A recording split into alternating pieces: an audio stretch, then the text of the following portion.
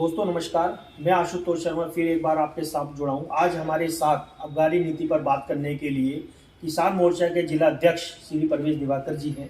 पहले तो मैं इनका स्वागत और अभिनंदन करूँगा कि आज इन्होंने अपना बहुमूल्य समय निकालकर आज हमें दिया है। सर, मेरा एक सवाल जो हर बात सबसे रहता है कि रोहतास नगर विधानसभा से आप आते हैं और यहाँ के विधायक हैं जितेंद्र महाजन। प्रदर्शन डेली चल रहे हैं, ठेके खुलने से और अभी तक ठेके खुल भी चुके हैं और लाइनें भी लंबी लंबी लग रही हैं। लेकिन मेरा एक सवाल है कि आम आदमी जितेंद्र महाजन के प्रदर्शन के खिलाफ कोई भी रिस्पॉन्स नहीं दे पा रहा है। कोई शांति से बैठे हैं, वो प्रदर्शन कर रहे हैं। इसके बारे में क्या कहने वाले? सबसे पहले तो जितेंद्र महाजन ने जो ये आबकारी नीति के खिलाफ प्रदर्शन जो करने शुरू किए, इसका कारण पता है क्या था? कारण ये था कि आबकारी नीति गलत है, ये तो सबको पता है। ये केजरीवाल वो खुद भी जानते हैं कि मैंने एक गलत नीति बनाई है। पर चूंकि क्या है कि वो इसमें इतना पैसा खा चुके हैं कि पैसा खा लिया है तो फिर पैसे का कर्ज भी चुकाना है। दूसरी बात, रही बात जितेंद्र महाजन जी के द्वारा किए गए आंदोलन की, तो उस आंदोलन का उद्देश्य क्या था कि आम जनमानस को आबकारी नीति का जो गलत रवैया है उसके खिलाफ एक अपना माहौल, लोगों को ये बताना कि ये गलत है। अब हुआ क्या कि आप एक वार्ड में तीन शराब के ठेके, वो तीनों ठेके कहाँ खुले हैं? दुर्गापुरी में गुरुद्वारे वाली गली के बिल्कुल बाहर एक ठेका खुला हुआ है। हम पुराने टाइम में कहा करते थे कि जहाँ पर मंदिर, मस्जिद, गुरुद्वारा, कोई स्कूल होगा तो वहाँ पर इस तरह के ये जो मदिरालय और इस तरह के जो पदार्थ हैं, जो नशा करने वाली जो सेवन की जो चीज़ें हैं, ये नहीं बिकेगी। आप ये देखिए कि 100 मीटर की दूरी पर, गुरुद्वारे से 100 मीटर की दूरी पर एक ठेका खुला हुआ है और ठीक उसी ठेके से 100 मीटर की दूरी पर दूसरा ठेका खुला हुआ है। और इन दोनों ठेकों के बीच में 3 बड़े एजुकेशन इंस्टीट्यूशन आते हैं जहां पर छोटे छोटे बच्चियां पढ़ने के लिए आते हैं। ये जो प्रदर्शन था माननीय जितेंद्र जी का, ये प्रदर्शन उस नीति के खिलाफ था कि आपने ये जो प्रदर्शन किया है, मतलब आपने ये जो आबकारी नीति बनाई है, ये कैसी नीति बनाई है कि आपने कॉलोनीज में, आपने मंदिर के नज़दीक, आपने गुरुद्वारे के नज़दीक, आपने स्कूलों के नज़दीक ये ठेके खोल दिए। एक बात। दूसरी बात, आपने ये कहा कि ठेकों पर लाइन नहीं होगी, कोई भीड़ नहीं होगी। अगर आप बींगे पत्रकार, अगर आप मेरे इस इंटरव्यू के तुरंत बाद इन दोनों ही ठेकों पर चले जाएं तो आप ही देखिए 100 फुटा रोड आधे से ज़्यादा तो एनक्रोच कर रखा है दारू खरीदने वालों ने, और दुकान के अंदर इतनी उन्मादी भीड़ है कि जिसको आप कंट्रोल नहीं कर सकते। वहाँ पर एक भी सिक्योरिटी गार्ड नहीं है कि जो कि सैनिटाइजर और मास्क के लिए भी वहाँ पर कह रहा हो। अच्छा, मैं एक बात कहूँगा, ये जो आप एडवोकेट भी हैं, मुझे तो खैर इतनी नॉलेज नहीं है, लेकिन जब आबकारी नीति पास हुई थी तो सबसे पहले एनओसी निगम पार्षद के साइन होते हैं और रोहतास नगर में चारों ही पार्षद भाजपा के हैं, तो उन्होंने उस पर साइन क्यों करे, एनओसी क्यों दी? जहाँ तक मेरे को जानकारी है अब नहीं होते।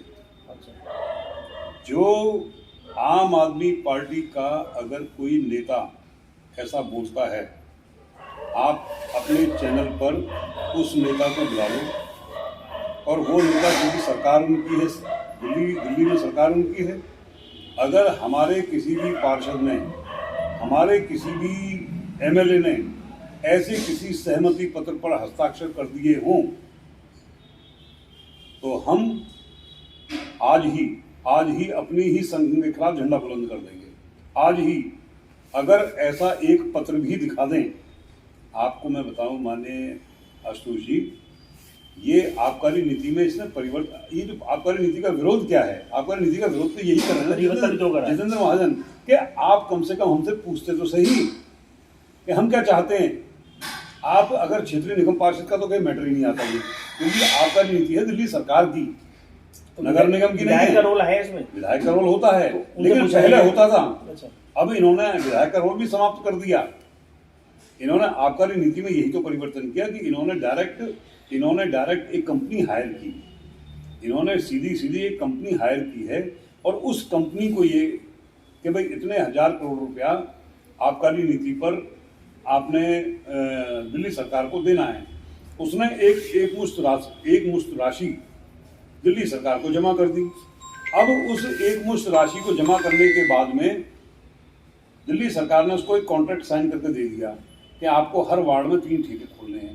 तो मेरा मानना ये, जैसे विरोध चल रहा है तो इसके खिलाफ भाजपा कोर्ट में तो जा सकती है। कोर्ट तक आजकल कोर्ट में तो मेरे हिसाब से अभी तक गई नहीं है। अब इन्होंने नई स्कीम चला दी। सरकार की जो आबकारी नीति है वो सरकार का व्यक्तिगत सरकार का अपना मामला है, इसलिए कोर्ट में नहीं जाया जा सकता। नहीं, आप तो जा सकते हो ना, आप चाह रहे हो ये नीति गलत है, लेकिन आप तो पिटीशन तो दायर कर सकते थे भाई सरकार है। ये पिटीशन वहां दायर नहीं हो सकती। ये पिटीशन दायर हो, ये केवल और केवल विधानसभा में क्वेश्चन जा सकता है। तो विधानसभा में महाजन जी ने क्वेश्चन करा तो उनको आउट कर दिया था। इसलिए आउट कर दिया क्योंकि विधानसभा में हमारा बहुमत नहीं है। अच्छा, अब ये हस्ताक्षर अभियान भी भाजपा चला रही है, वो अवेयरनेस है या कुछ कार्रवाई के लिए भी है? अवेयरनेस के लिए, क्योंकि जनता के बीच ये बात बताई जा रही है, आम जनमानस में एक अवेयरनेस हो जाए कि ये जो आबकारी नीति है गलत है, गलत ढंग से ये ठेके लाए गए हैं, गलत ढंग से बेची जा रही है और अनवांटेड एक्टिविटीज ठेकों के आसपास होने लगी हैं, जेब कतरे, चैन स्नैचर। अब मेरा एक आखिरी सवाल कि क्या निगम के चुनाव पे इसका फर्क पड़ेगा? निगम के चुनाव पर इसका क्योंकि लोग तो ले रहे हैं, लाइन लग रही है। निगम के चुनाव पर इसका ये फर्क पड़ेगा कि आप एक पत्र मुझसे ब्लैंक साइन करवा के ले जाइए। आम आदमी पार्टी धराशायी हो चुकी है। आम आदमी पार्टी एक अर्बन नक्सली, शहरी नक्सलियों की तरह से काम कर रही है और नक्सलाइट्स लोग हैं जो कि केवल और केवल दुर्भावना से प्रेरित होकर काम करते हैं और दुर्भावना से प्रेरित होकर ही नीतियां बनाते हैं। आप ये लगा लीजिए कि जब तक हमारे इस क्षेत्र में सरिता सिंह रही, वो क्षेत्र से गायब रही। मेरे ठीक बराबर में गोपाल राय मंत्री भी हैं, दिल्ली प्रदेश के आम आदमी पार्टी के अध्यक्ष भी हैं। जितनी बुरी हालत बाबरपुर विधानसभा की है, इतनी बुरी हालत तो दिल्ली में किसी भी क्षेत्र की नहीं है। आप गलियां देख लीजिए, गलियां टूटी पड़ी हैं, नालियां टूटी पड़ी हैं। दिल्ली विधानसभा का एमएलए जिसके पास सारा फंड है, जो दिल्ली का अध्यक्ष भी है, दिल्ली की टिकटें बांटता है, दिल्ली के लिए अनर्गल वादे भी करता है, वो केवल अपने क्षेत्र को नहीं सुधार पाता, कम से कम अपने क्षेत्र को ही चमका दिया होता। लेकिन रोहतास नगर विधानसभा में भी गड्ढे कम नहीं है। हमारे क्षेत्र के अंदर देखिए, आप एक बात कहूँगा आपको, अगर जितेंद्र महाजन के कामों की बात करें, वो गड्ढे किसके भरे जा रहे हैं? जो सरिता सिंह ने 5 साल में जो सड़कें खुदवाई, जो सरिता सिंह ने 5 वर्ष में सड़कें खुदवा के डाल दी और उनको नहीं भरवाया गया, जितेंद्र महाजन उन एक सड़कों को भरवाने में लगे हुए हैं। तो मतलब इस निगम के चुनाव तक भर जाएंगे या मतलब ये कार्यक्रम आप इसको बार-बार, आप इस विषय को बार-बार निगम के चुनाव से बिल्कुल जोड़ के ना देखें।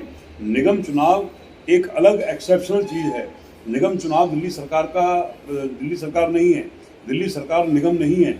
निगम के पास में ना बजट हो, वो कहते हैं कि हमने पैसा दे दिया। मैंने किसी आम आदमी पार्टी के किसी नेता का इंटरव्यू आप ही के चैनल पे सुना था। वो ये कहते हैं कि हमने पैसा दे दिया है। क्या लिखित में दिखा सकते हैं? अखबार में क्यों नहीं पब्लिश करवा देते? जिस पत्र पर हस्ताक्षर होकर वो पैसा निगम को ट्रांसफर किया है, उसे केजरीवाल हर बात पर तो पोस्टर लगा देते हैं, हर बात पर तो टॉयलेट तक पर तो ये अपना प्रचार कर देते हैं। उस प्रचार को भी टॉयलेट पे छपवा दें कि इतना पैसा हमने दिल्ली नगर निगम को दे दिया है। मोदी जी ने टॉयलेट पे एक बड़ा चर्चित हुआ था, वो मंदिर का छपवा दिया था, उसके बारे में क्या कहेंगे? वो जो प्रचार है, वो प्रचार किसी सरकारी संस्था का नहीं था, किसी मोदी जी के किसी मंत्रालय का नहीं था, वो किसी व्यक्ति विशेष ने लगा दिया हो। कोई व्यक्ति विशेष कोई ऐसा कर जाए जिससे अवेयरनेस ना हो, वो गलत बात है। पर इनकी तो एजेंसी काम करती है, दिल्ली सरकार की तो प्रसार विभाग की एजेंसी काम करती है, जिस पर केवल और केवल केजरीवाल का फोटो छपा होता है। अपने फोटो के साथ ही वो कॉन्ट्रैक्ट साइन किया हुआ पत्र दे दें जिस पर ये लिखा हुआ हो कि इतने करोड़ रुपया दिल्ली नगर निगम को चलाने के लिए हम दे चुके हैं। झूठ बोलते हैं, ये बिल्कुल झूठ बोलते हैं और झूठ बोलने के अलावा इनके पास में कोई काम नहीं है। दिल्ली में लॉकडाउन लगा के पंजाब में चुनाव का प्रचार करने गया हुआ है। मतलब दिल्ली में कोरोना कंट्रोल में नहीं है और खुद अपना प्रचार करने के लिए जो है पंजाब गया हुआ है। शर्म नहीं आती इन लोगों को शर्म से डूब मरना चाहिए। तो ये थे हमारे साथ प्रवेश दिवाकर जी। चुनाव के 2-2.5 महीने रह गए हैं, अब वो क्या प्रतिक्रिया कर रहे हैं, आम आदमी भाजपा वाले क्या कर रहे हैं, ये तो आने वाला समय बताएगा। और ठेके कितने प्रभावशील मुद्दे रहेंगे निगम के चुनाव में, ये जनता के मन की बात है। जनता मशीन तक जाके किसको बटन दबा के किसका समर्थन करती है, किसका विरोध करती है, तो आने वाला समय ही बताएगा।